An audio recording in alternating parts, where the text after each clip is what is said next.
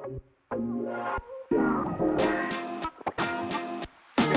your continued compliance with immigration laws outside of that one issue. And so, Welcome back to Visa Vibes, a podcast where we break down everything U.S. immigration law without the legal jargon overload. I'm Emily Newman, managing partner of Reddy Newman Brown PC. And I'm Stephen Brown. I'm a partner here at Reddy Newman Brown PC. And today we're going to dive into one of the most crucial, but sometimes misunderstood, misapplied moments in.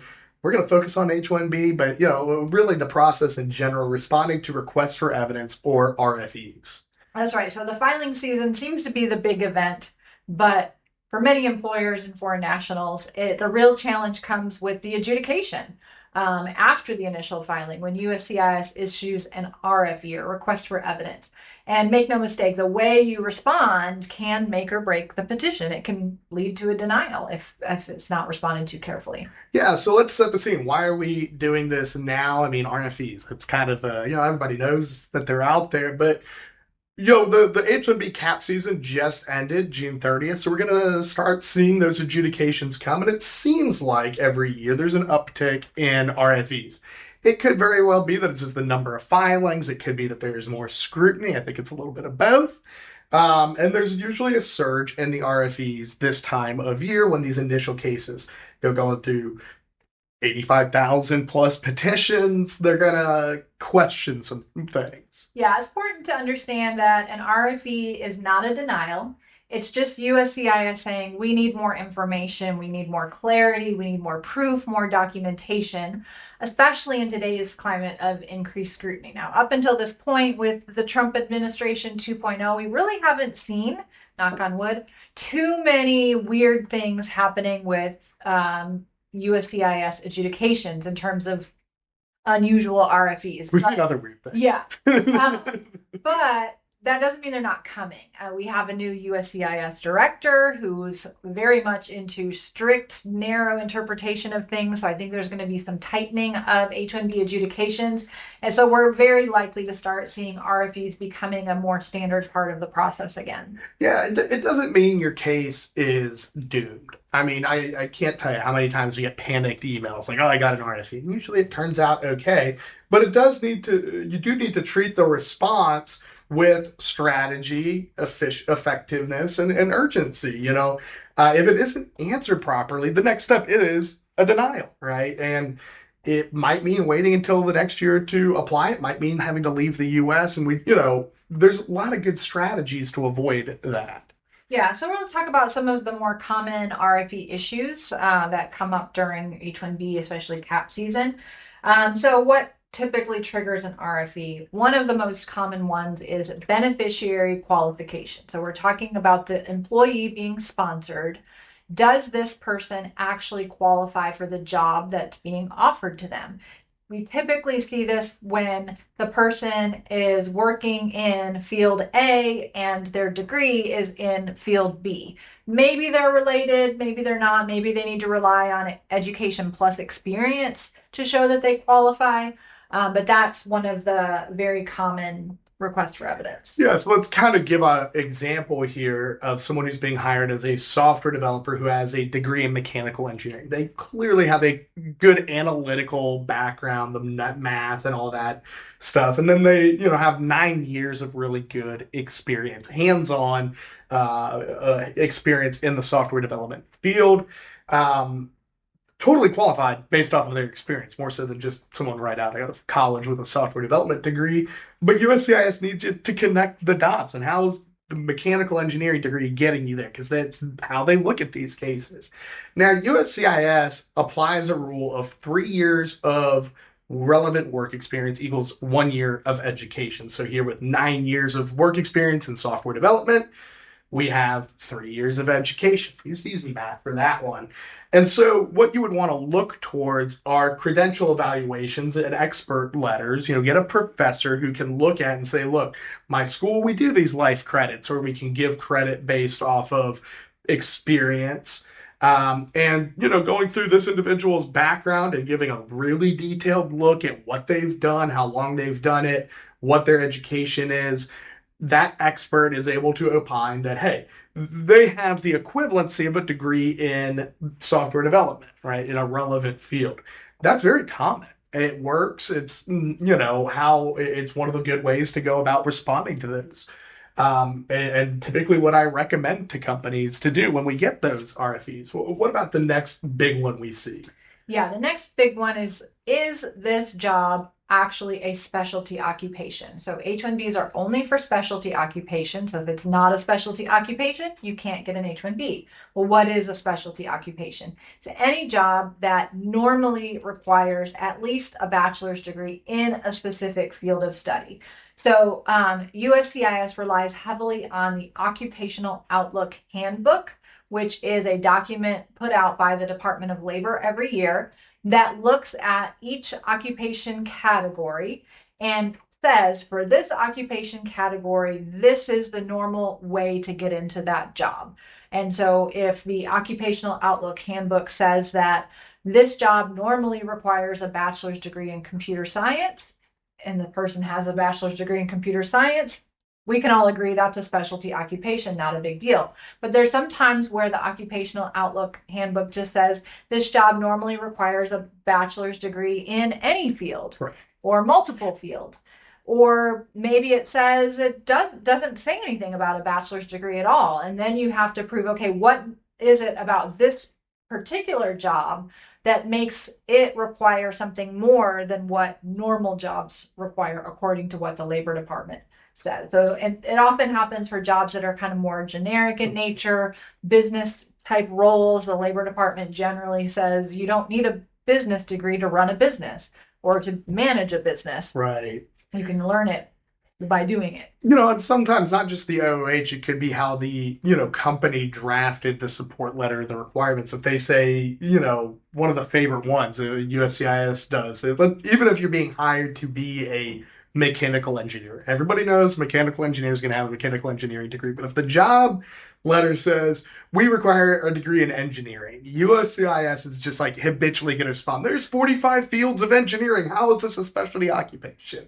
And so when you get these RFEs, your job again is to show the specificity, to connect the dots, provide the real detailed job descriptions, because the underlying analysis, you can show how complex the job duties are, that it can only be done if you have a college degree in a specific field.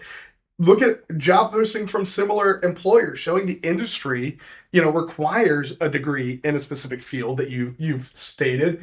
And again, look at expert letters. I love getting professor letters because they are, the real experts when we talk about this are the petitioner, competitors, and professors in that field. Those are our experts that we can rely on. And if we can overwhelm the zone, we'll talk about that later, it should result in a positive adjudication. And I think those are important.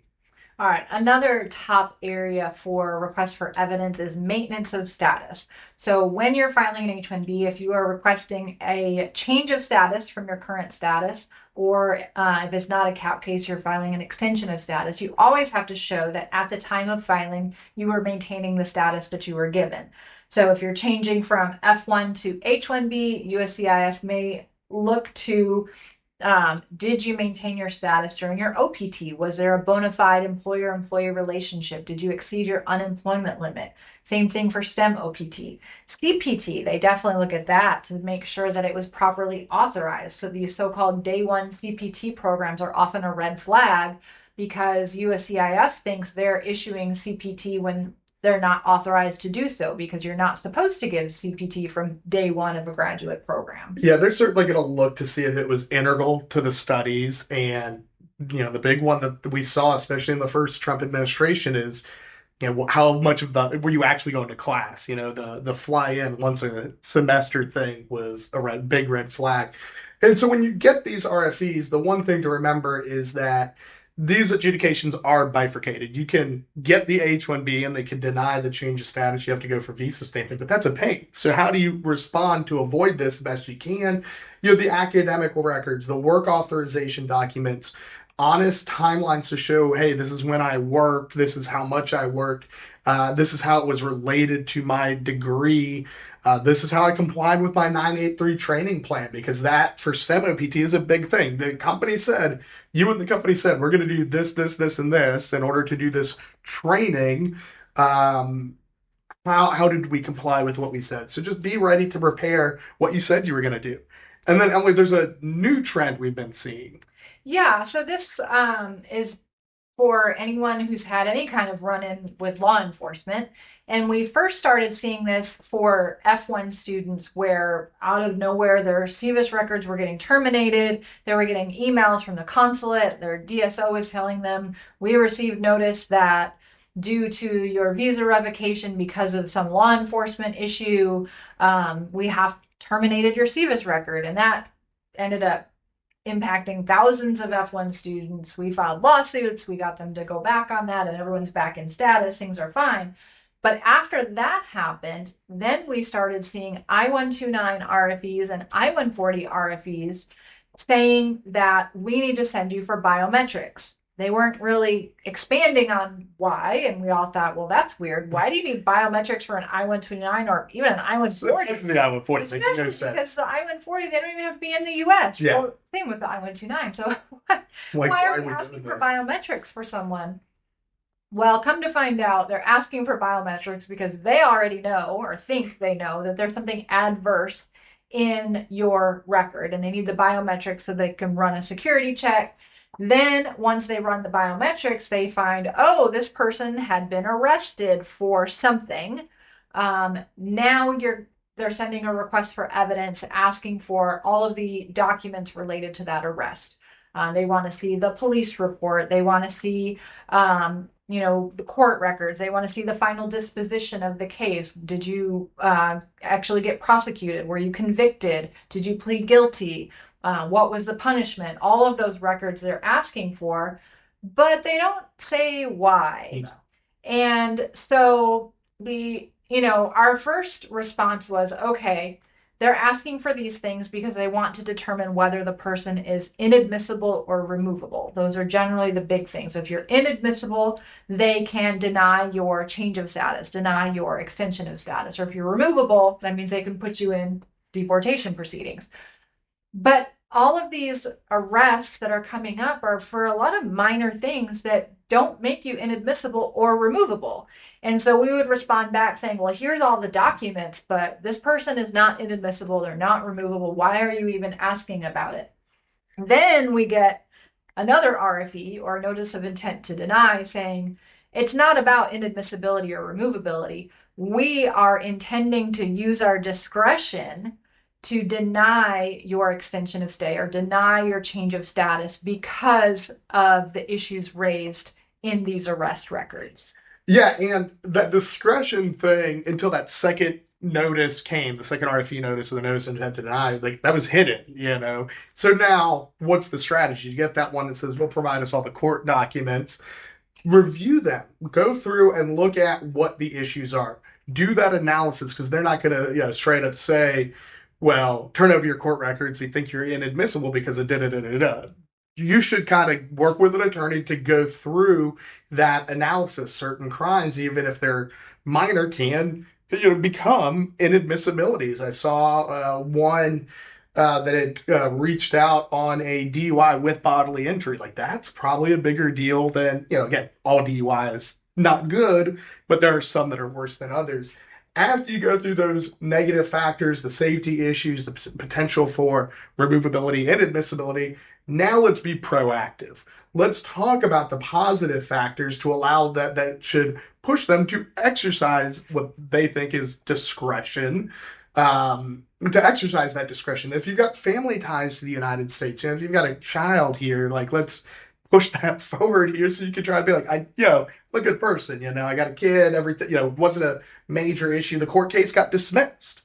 Hardships for the family that might, come from the denial, contributions to the community if you do volunteer work, community service, how long you've been here and complied with all the rules, like if, especially someone who's on H-1B, who's in the green card backlog, like I've been here for 10 years, I had this one issue, when I was in college 12 years ago, it got dismissed. I've been a good person. Show that. Show how your employment history has been. Show that you have property or business ties to the United States, that you've paid your taxes, you have good moral character and responsibility. Get affidavits from community members, community leaders, and then evidence of rehabilitating your misconduct. Maybe you got a DUI and it got dismissed and you went to AA, Alcoholics Anonymous, even if it wasn't court ordered, or you took on voluntary community service to give back to the community that wasn't good, court ordered. And then again, show your continued compliance with immigration laws outside of that one issue. And so again, it's how can we show you should exercise your discretion and win the hearts and minds, if you will, of that officer. So that is a new trend we are seeing, and it's not a small number. It's not like everybody, but it is happening enough that I can say it's a trend because I see it outside of just cases that contact our office. Yeah, and this whole idea of we have discretion to approve or deny things, never seen it used in 20 years, except in one case that I can remember, a 485 denial, because of the person did quite a few things. So maybe it was a right decision there, but I've never seen them use their discretion to deny something Not on for an employment based. Yeah, I've seen it. I've seen two 485s, weird cases, but never with an H1B, Yeah. right? And those were very unique 485s that I don't, I always tell people they're outliers. So let's talk about what's the importance here, Emily. Yeah, so there's a point that a lot of people miss, and that is the RFE response is not just about USCIS, or it shouldn't be. It's also what's going to be on the record, because if your petition gets denied and you go to federal court, the judge will only look at what's on the record, what's already been submitted. So you don't get to add more documents when you're filing a lawsuit. So it's important to look at what you're responding with now and set the stage for potential litigation if you need it. Yeah, and look, I've sued for a number of H-1B denials. Not usually our clients because we write such good RFE responses that are detailed, but I've seen RFE responses that don't do anything more than exhibit one attach, exhibit two attach, and not making that analysis and putting the legal arguments forward. These cases are record review under the Administrative Procedure Act. So it's what you sent to the agency, what the agency sent back to you. So the petition, the RFE response, the denial. That's what, and maybe some policy memos if we need to. That's what a judge is going to look at when reviewing this. So how I write and how our team is encouraged to write our RFE responses is you need to write it so that way the USCIS adjudicator knows what's going on, and they're not lawyers, they're not experts in engineering, but so we have to write it for them. But I also want to write for a judge. I'm going to put forth strong legal arguments that maybe USCIS doesn't think they have to care about, but I can tell you dang sure a judge is going to care about a circuit court opinion, even if USCIS doesn't care.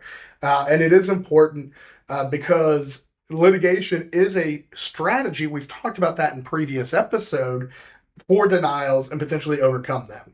Yeah, definitely. There needs to be analysis of the documents you're submitting. I see so many RFE responses that are not from our office that it's literally just a list of what we're submitting without any kind of connecting the dots between how this document proves that we meet this requirement. And it's just shocking to me because what are you paying an attorney for if they're not analyzing it and writing arguments and making it easy for the adjudicator to approve?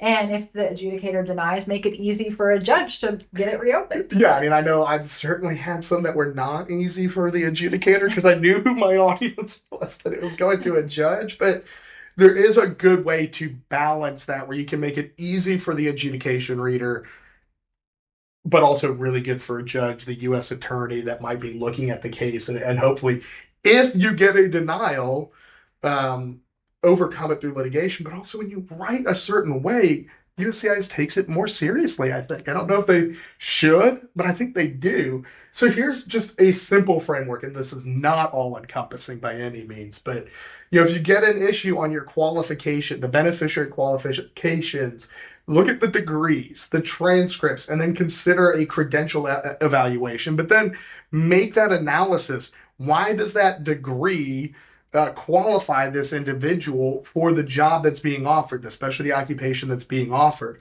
How are they qualified? If it's specialty occupation, include that very detailed job description to show the complexity.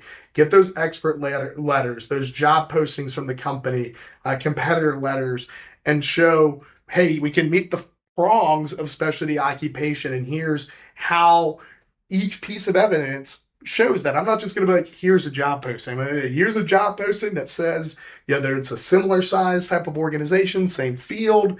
It requires the same type of degree we're saying here. I think that's an indicative of the specialty occupation. Status. This one, I boggled my mind. I see so many times. USCIS is going to send a very plain looking RFE on the status. Like, give us this, and this.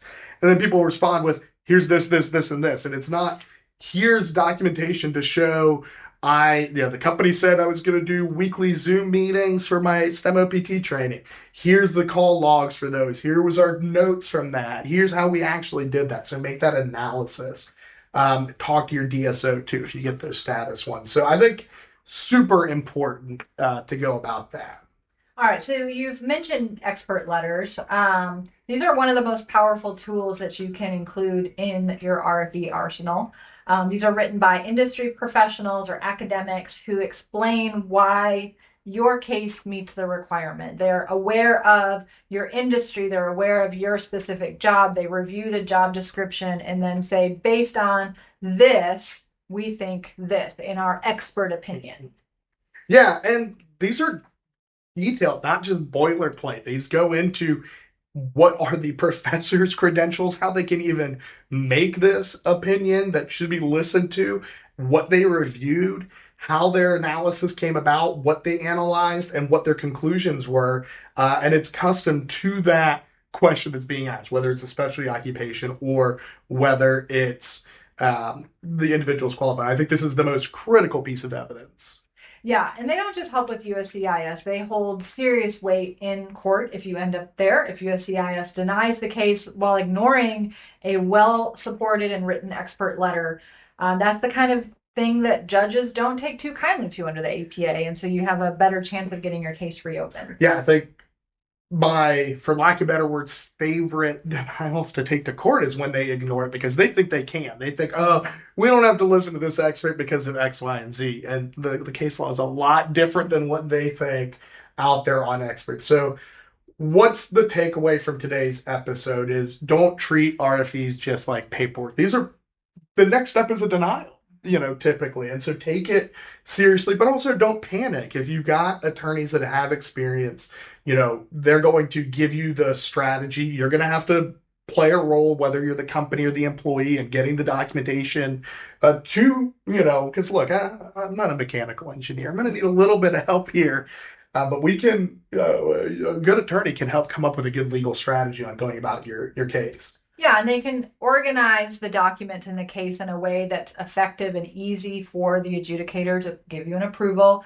Draft persuasive responses. Again, don't just send a list of here's what we're submitting. Actually analyze how that document proves that the requirement is met. And they can identify when is a good time to bring in an expert opinion letter. And an experienced immigration attorney can make all the difference with helping with those issues. Yeah, and then stay up to date on trends. Trends shift quickly. Emily mentioned at the top of the episode that we have a new director. I guarantee you in the next 6 months, we're going to see something new with requests for evidence that we haven't seen before. And that's when, we put our heads together. We've developed strategies. We've done that before plenty of times and come up with how to go about this in a good manner. So just stay listening to our show and our other things to learn as trends shift. Yeah. So summarize, don't panic, be strategic, use those expert letters where it's appropriate, build your record so that it is going to hold up in court, and definitely get professional help. Yeah, and like I said, it can be a turning point, it can be an approval, or it can be back to square one where you're hoping to get selected in the lottery. So give it that attention it deserves. Other than that, thanks for joining this week's episode of Visa Vibes. If you're facing an RFE and want to come up with a good strategy, feel free to reach out to us. We're always happy to do it. We have a team of attorneys that a lot of experience with requests for evidence and lots of different strategies involved. And if you like this episode, don't forget to subscribe, share it with a friend, leave us a review. If you want have ideas for any new topics, definitely reach out to us on that. And we're happy to help you stay sharp and up to date on everything that's happening in business immigration. Thank you.